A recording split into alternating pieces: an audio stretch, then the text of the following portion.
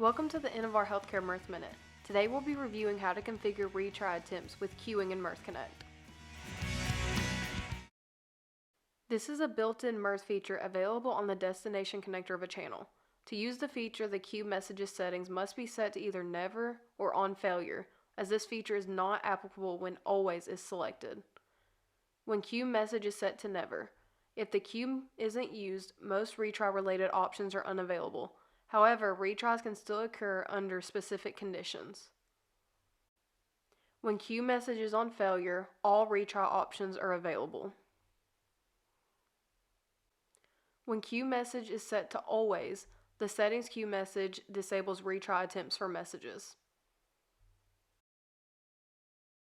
Now let's review the advanced queue settings and their functionalities. So first, there's the retry count before queue error. That's the maximum number of times the connector attempts to send the message before queuing or marking it as an error. Next is retry interval, and it's the time in milliseconds between retry attempts. This interval applies to both queued and initial retry attempts. There's rotate queue, and if it's enabled, when a message fails to send, the connector moves it to the end of the queue and attempts to send the next message. And an extra note is if the message order is critical, you need to disable this setting.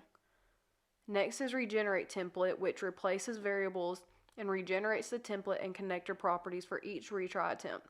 If disabled, their original variables are reused. Next is include filter transformer, which re-executes the filter and transformer before every queue send attempt. This setting requires the regenerate template option to be enabled. Next is queue thread, which is the number of threads that process the queue and dispatch settings simultaneously.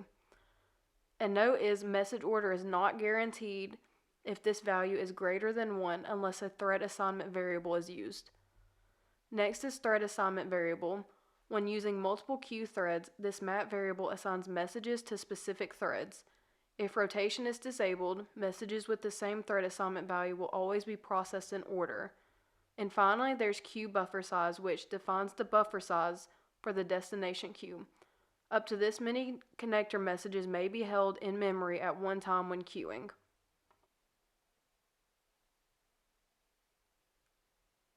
You can override Mirth's existing retry mechanism by coding retry logic in the destination's response transformer. This approach allows for more control. You need to add the following code to the response transformer of the destination connector. The code retries messages up to the configured limit and changes the message status to error if retries are unsuccessful. You can enhance this by capturing the error response and making retry decisions based on it. The retry limit is set to 3 in this example, but it can be adjusted to suit your case. The queue messages option should always be set to always.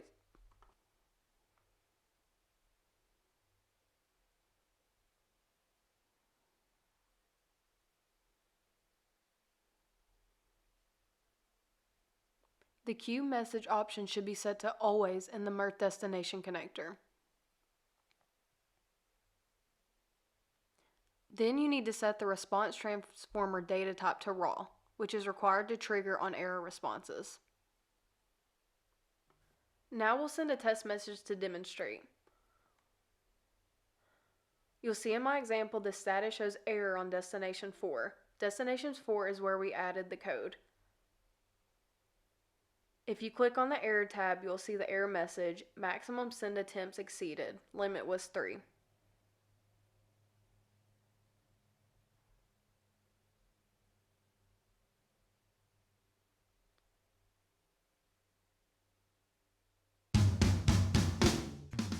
Thanks for watching the Innovar Healthcare Mirth Minute. Subscribe for more content and we'll see you next time.